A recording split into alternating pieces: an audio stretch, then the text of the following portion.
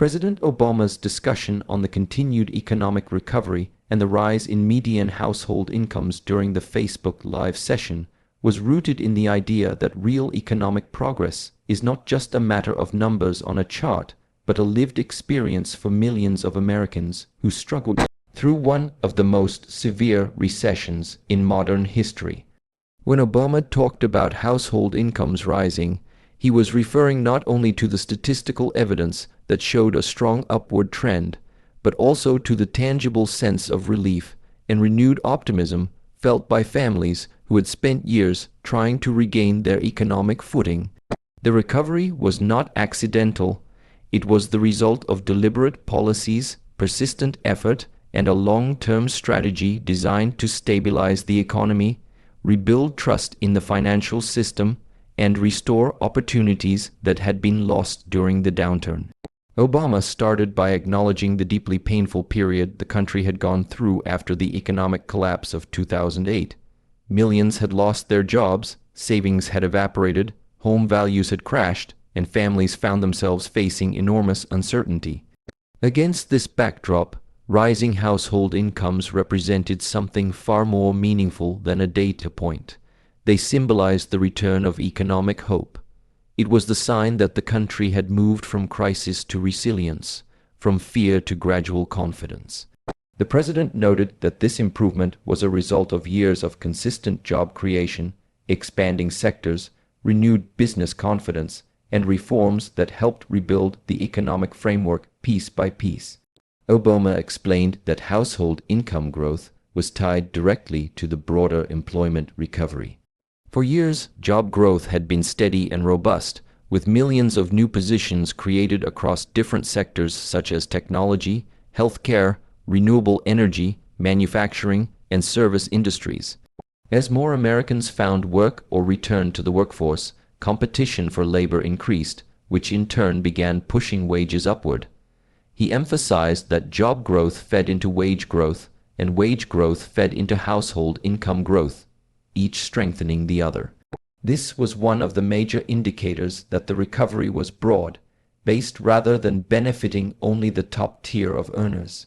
Obama believed that rising incomes across the middle class were essential to defining the success of any economy, because a strong middle class functioned as the foundation of national stability and prosperity. He also explained that many of the economic policies introduced during his administration were designed with the express purpose of raising incomes in both the short and long term. For example, the Affordable Care Act reduced healthcare costs for millions of families, giving households more disposable income. The expansion of tax credits for working families made it easier for parents to manage the high cost of raising children. Investments in infrastructure, such as roads, bridges, and public transportation projects, created jobs and stimulated local economies. Support for small businesses helped entrepreneurs expand their companies, hire new employees, and contribute to local growth. Obama made it clear that rising household incomes were not just a sign of a recovering economy, but also evidence of policy measures that were working on the ground. Another major point he discussed was that rising incomes were helping families rebuild their financial stability. During the recession, many Americans had drained their savings just to stay afloat. As incomes began rising again, people were finally able to start saving money, paying down debt, and planning for the future. Obama spoke about how this shift had a psychological impact as well. When families could save for emergencies, college tuition, or home purchases, it significantly reduced stress and restored a sense of control over their lives. This renewed stability was important not only for individual households, but also for the national economy, because consumer confidence is one of the most powerful drivers of economic growth.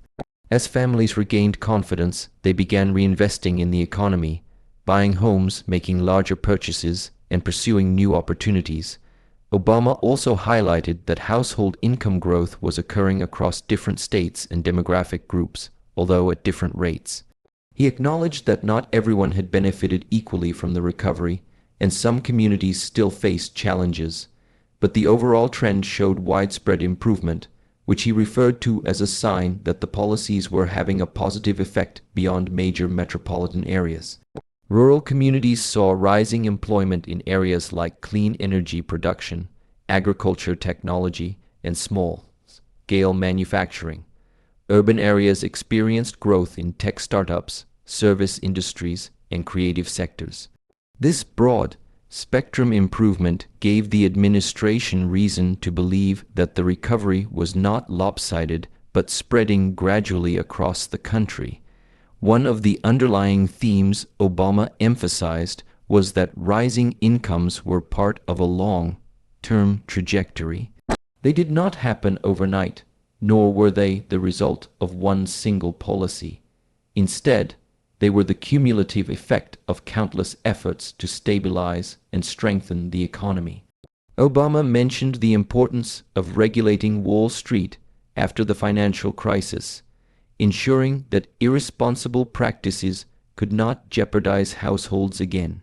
He also spoke about investments in clean energy and climate initiatives, which created jobs while protecting long-term economic sustainability.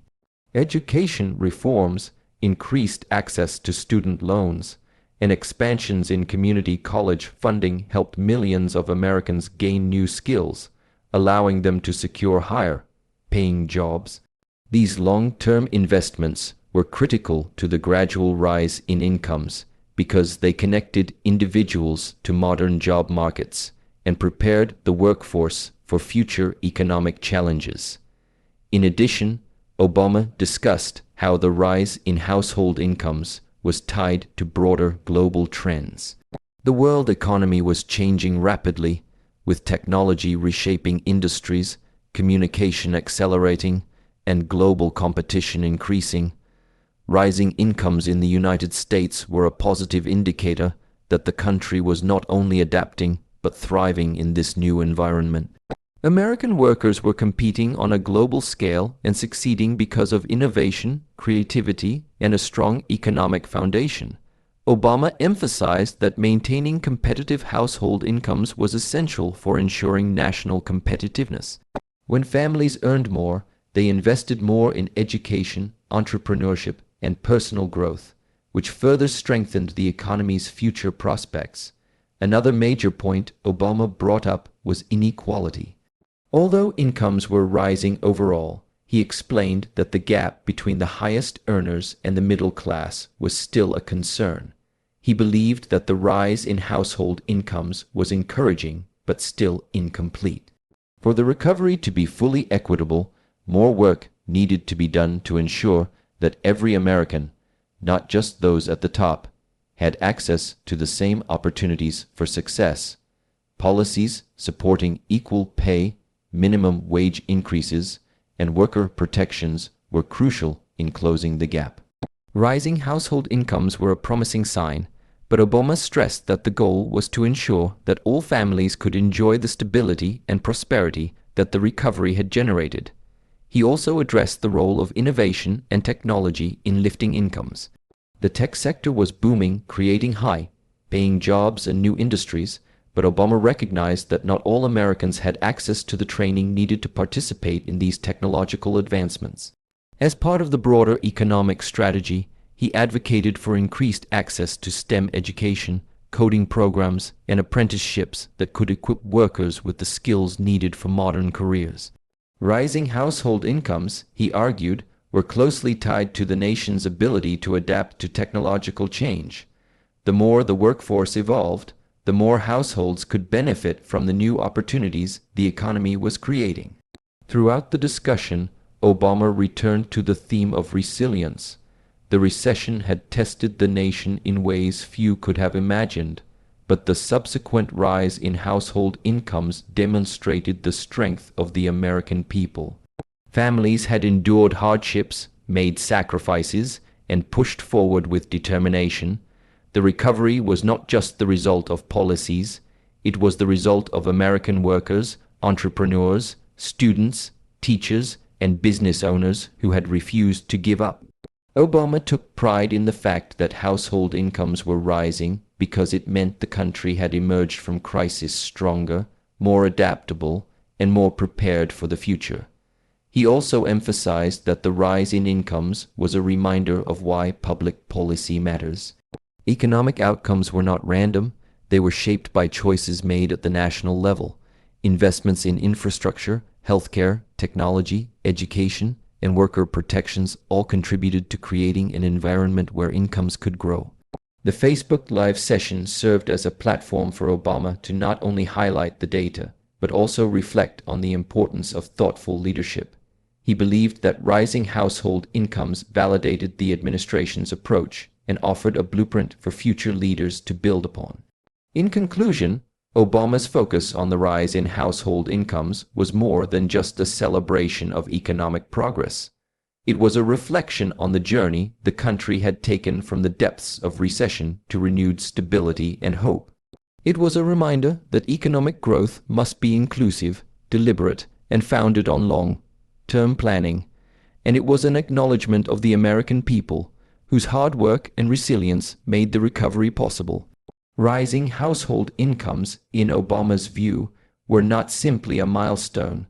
They were evidence of a healthier, stronger economy that had finally begun to deliver meaningful benefits to the people who needed it most.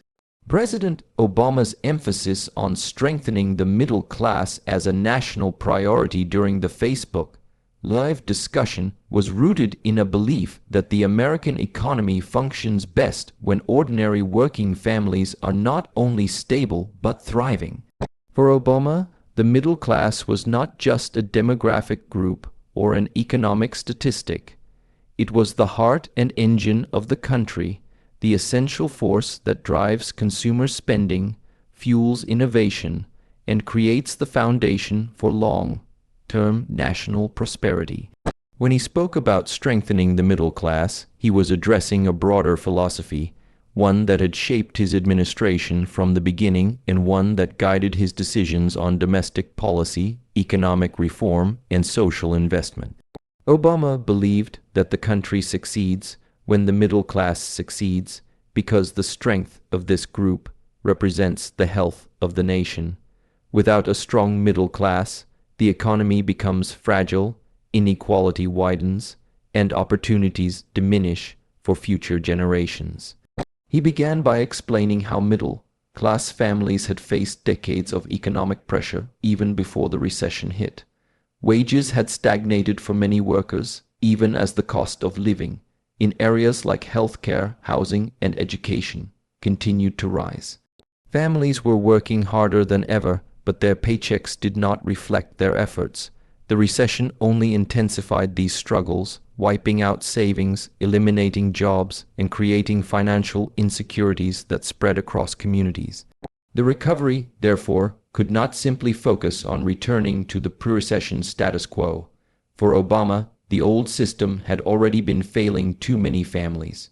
Strengthening the middle class meant building an economy that worked differently, one that offered real opportunity, upward mobility, and a fair chance for every American willing to work for it. One of the key ways Obama sought to strengthen the middle class was through expanding access to quality education, which he considered one of the most powerful tools for economic mobility. He explained that education had always been the gateway to better jobs and higher incomes, but the rapidly changing global economy made it more critical than ever. New industries were emerging, technological skills were increasingly necessary, and traditional jobs were evolving. Obama stressed that if the middle class was to thrive in this environment, people needed access to affordable, high-quality education at every stage of life, not just during childhood. He supported investments in early childhood education, arguing that strong foundations lead to stronger academic performance later on. He expanded Pell Grants to help more students afford college. He promoted community colleges as pathways to reskilling, upskilling, and modern workforce training. He encouraged programs in science, technology, engineering, and math STEM, knowing that these fields would define the economy of the future.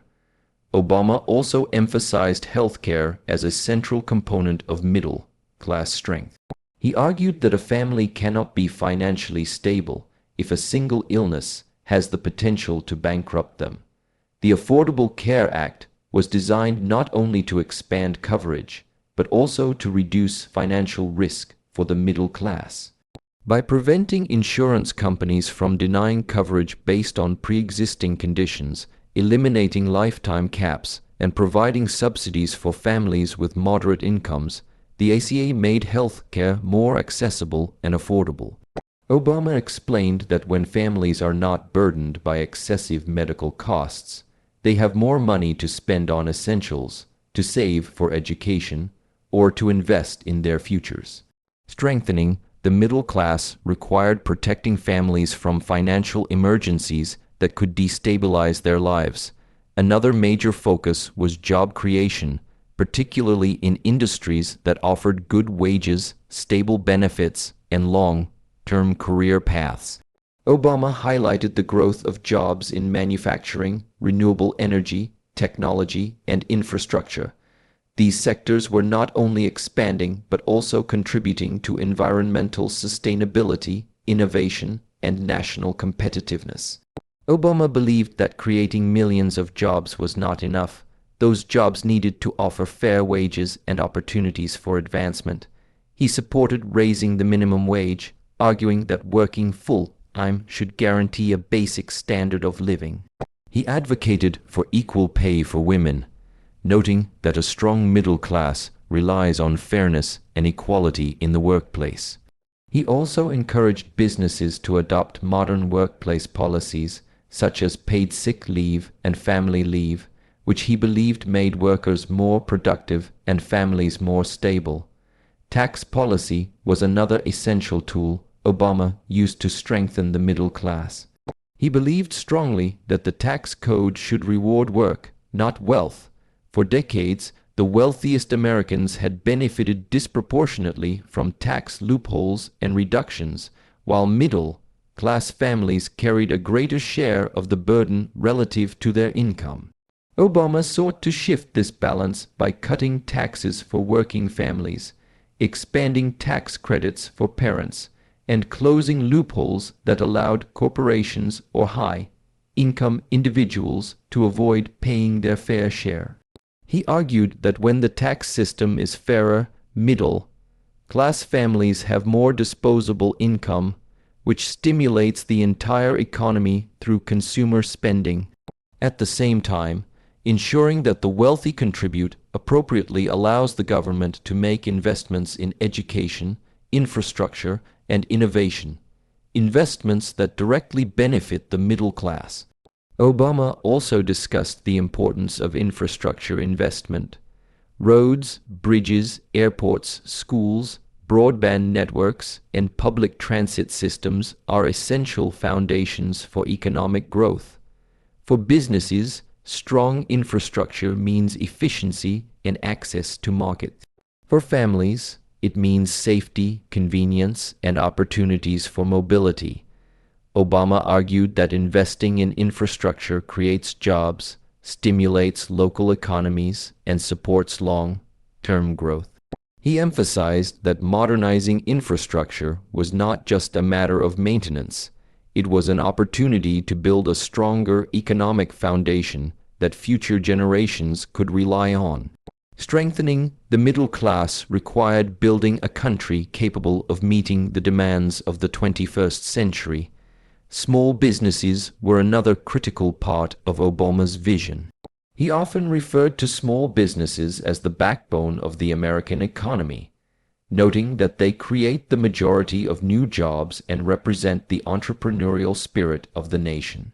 Obama expanded access to loans, simplified regulations, and provided tax breaks to help small business owners grow and hire. Supporting small businesses was a direct investment in middle-class communities because these businesses tended to hire locally, reinvest in neighborhoods, and create opportunities for families to build wealth and stability. He also addressed the role of innovation and technology in strengthening the middle class. The digital revolution had transformed the economy, creating new industries and redefining existing ones. Obama believed that the United States needed to lead in innovation to remain competitive globally. This meant investing in research and development, supporting tech startups, encouraging renewable energy innovation, and expanding broadband access to underserved communities. Strengthening the middle class required ensuring that all Americans, not just those in large cities or technology hubs, could participate in the digital economy. Obama emphasized that access to technology was now as essential as access to electricity had been in previous generations. Digital inclusion meant economic inclusion. Another important factor was immigration reform. Obama argued that creating a fair and modern immigration system would strengthen the economy and support the middle class. He explained that immigrants contribute significantly to economic growth, start businesses at high rates, innovate in key sectors, and fill essential roles in the workforce. Comprehensive immigration reform would create stability for immigrant families already contributing to society and strengthen the workforce in industries that rely on immigrant labor. Obama believed that strengthening the middle class meant recognizing and supporting all workers who help drive the economy forward. He also spoke about the importance of fairness in the workplace. Strengthening the middle class required ensuring that workers had basic protections and rights. Obama supported expanding overtime protections, prohibiting discriminatory hiring practices, and strengthening unions. He argued that unions played a crucial role in building the middle class, helping workers negotiate better wages, benefits, and working conditions. Although union membership had declined over the years, Obama believed that supporting collective bargaining was necessary to ensure that workers had a voice. Housing was another major pillar of middle-class strength. Affordable housing allows families to build wealth, access good schools, and participate in stable communities. Obama worked to stabilize the housing market after the collapse, preventing millions of foreclosures and helping families refinance their mortgages. He supported programs that expanded access to affordable housing and encouraged responsible lending practices. A strong middle class depends on stable, affordable homes where families can grow and feel secure. Throughout the discussion, Obama emphasized that strengthening the middle class was not simply about economics. It was about values. It was about the belief that every person deserves a fair shot, that hard work should lead to opportunity, and that families should not be held back by circumstances beyond their control. Strengthening the middle class meant building a society where people could dream, work, achieve, and pass on a better future to their children. It meant fairness, justice, inclusion, and dignity for all workers. Obama repeatedly stressed that the success of the middle class benefits the entire nation. When families earn more, they spend more, which supports businesses and stimulates growth. When workers are educated and trained, companies become more competitive.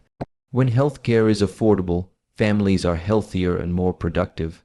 When the tax system is fair, the government can invest in future prosperity. Every policy that supports the middle class strengthens the economy as a whole. He concluded his message by reminding viewers that strengthening the middle class is an ongoing effort, not a task that is ever truly finished. It requires constant attention, consistent policies, and a commitment to fairness. Economic conditions change, industries evolve, technologies advance, and global competition increases. To ensure that the middle class remains strong, America must adapt, innovate, and remain focused on the needs of its people. For Obama, strengthening the middle class was not just part of his presidency. It was the defining mission of his leadership, guided by the belief that when ordinary Americans thrive, the whole nation rises. President Obama's point about the importance of long-term policies over short-term politics during his Facebook Live session was rooted in a broader philosophy about how responsible governance works and what it truly means to create sustainable prosperity. When he spoke about economic progress, household incomes, and national growth, he made it clear that these were not the result of one quick fix or a single decision made in the heat of political moment.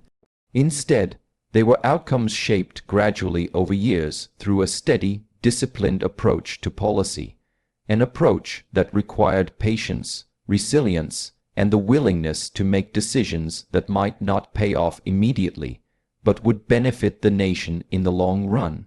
For Obama, this was one of the fundamental truths of leadership.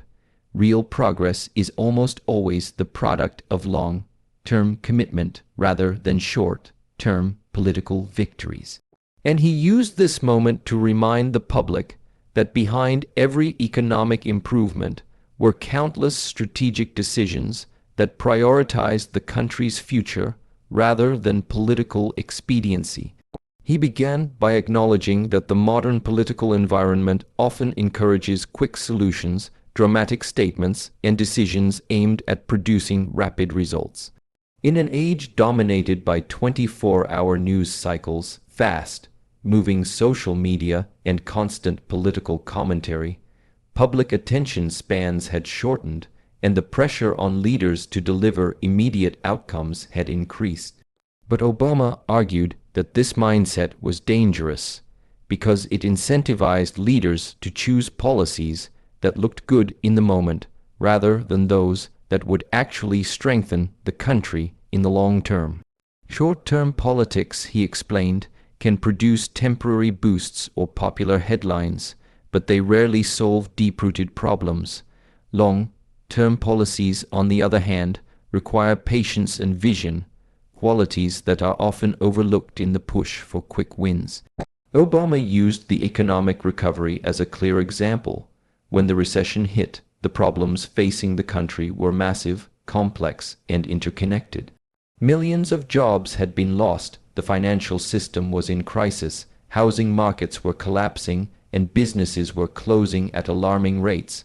There was no quick fix. Any attempt to rescue the economy through superficial or temporary measures would have led to incomplete or unstable recovery. Instead, the administration invested in long-term strategies designed to rebuild the economy from the ground up. This included measures to stabilize the financial sector, support the auto industry, expand unemployment benefits, invest in renewable energy, and rebuild infrastructure. Each of these decisions required significant effort, coordination, and political courage. Many were initially unpopular, but they were essential to laying the foundation for sustainable recovery. He explained that long-term policy decisions often require leaders to withstand criticism, especially when immediate results are not visible. During the early years of the recovery, some critics claimed that the policies were not working quickly enough. But Obama insisted that meaningful change takes time. Infrastructure investments can take years before the benefits fully materialize. Education reforms may impact a generation later. Healthcare legislation can take years to phase in.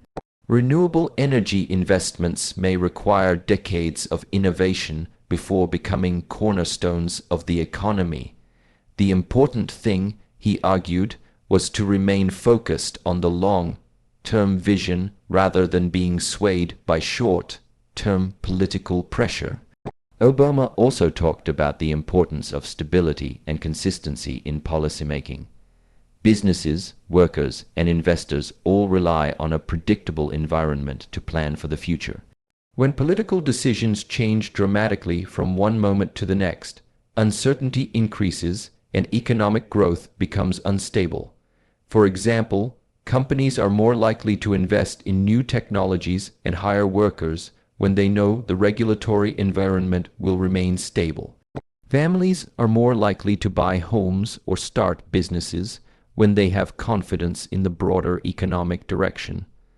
Obama emphasized that long-term policies create this kind of stability by providing a clear vision for the country's future and the steps needed to achieve it. He expanded on the idea that long-term progress requires an understanding of cause and effect. Economic policies interact in complex ways. Investments in healthcare affect worker productivity. investments in education affect the competitiveness of industries. Investments in clean energy affect national security, job creation, and climate outcomes. These relationships unfold over years or decades, not weeks.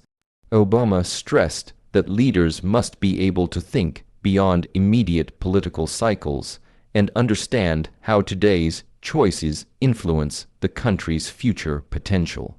He pointed out that many of the benefits Americans were seeing, such as rising household incomes, improved healthcare access, and job creation, were the result of policies implemented years earlier, often during difficult moments when those same policies were criticized or misunderstood. He also addressed the tension between partisanship and progress.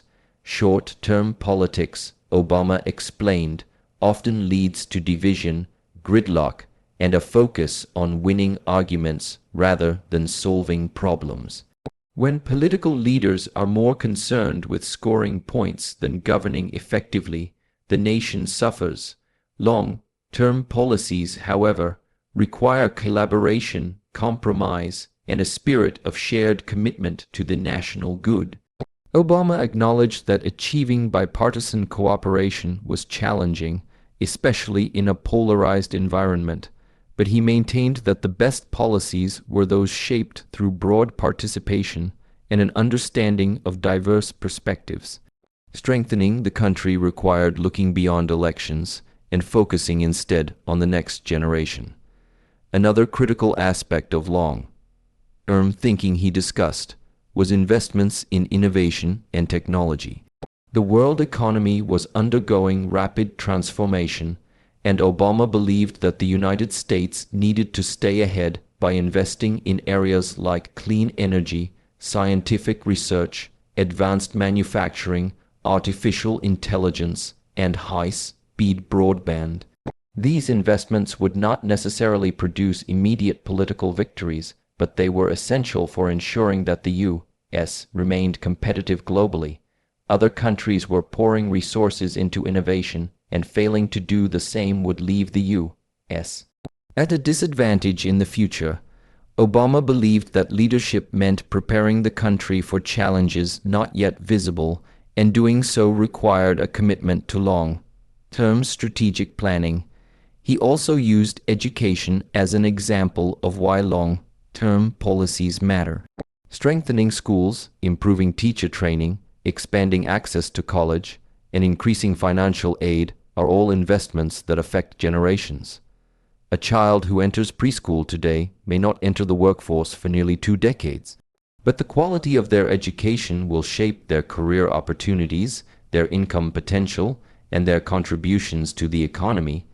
Obama emphasized that neglecting education in favor of short-term political objectives would harm the country's long-term economic prospects. The only way to ensure a strong middle class and a competitive workforce, he argued, was through continuous investment in education, regardless of whether it produced immediate political rewards. Obama also reflected on the idea that long-term policies often require sacrifice. They may ask people to invest more in infrastructure or support reforms that take time to implement. They may require the government to spend money now to save money later. For example, preventive healthcare programs might require funding upfront but reduce long-term healthcare costs. Renewable energy investments might be expensive initially but reduce dependence on fossil fuels, lower energy costs in the long run, and protect the environment for future generations. Obama believed that leadership meant making these difficult choices and communicating why they mattered. He further explained that long-term progress is anchored in values. A society committed to fairness, opportunity, and justice must enact policies that reflect those values over time. Economic decisions are not just about dollars. They represent choices about what kind of country we want to build. When leaders prioritize short-term politics, they risk undermining those values in favor of temporary gains, but when they commit to long-term policies, they help create a society where future generations can thrive. Obama saw economic recovery, healthcare reform, education improvements, and climate action as reflections of deeper American values, resilience, innovation, equality, and responsibility. Obama also emphasized transparency and accountability. Long-term policies require trust between the government and the public. Leaders must explain their decisions, acknowledge challenges, and show progress over time. Without communication, long-term policies can be misunderstood or misrepresented. During the Facebook Live discussion, Obama aimed to increase transparency by directly addressing the public, answering questions in real time, and explaining the reasoning behind major policies. He believed that engaging the public was essential for building support for long-term strategies. In discussing the importance of long-term thinking, he also highlighted the risks of reversing progress. Short-term politics often leads to abrupt policy changes when administrations or political majorities shift. These reversals can destabilize the economy, disrupt planning, and create uncertainty for businesses and families. Obama argued that the progress the country had made, rising incomes, expanded healthcare coverage, increased job opportunities, could be undermined if leaders focused on undoing long-term policies for political reasons. He stressed that continuity and stability were essential for sustained economic growth. Finally, Obama concluded that the strength of the nation depended on the willingness of its leaders and citizens to look ahead. The future was shaped by decisions made today, and the country needed to choose wisely, thoughtfully, and with a clear understanding of the long-term impact. Economic recovery, rising incomes, and national resilience were not accidents. They were the result of years of planning, investment, and commitment. He urged Americans to support leaders who prioritize long-term vision over short-term politics, because the country's progress depends on those who are willing to think beyond the present moment. In his view, real leadership is defined by the ability to build a future that lasts, not by how loudly one argues in the present.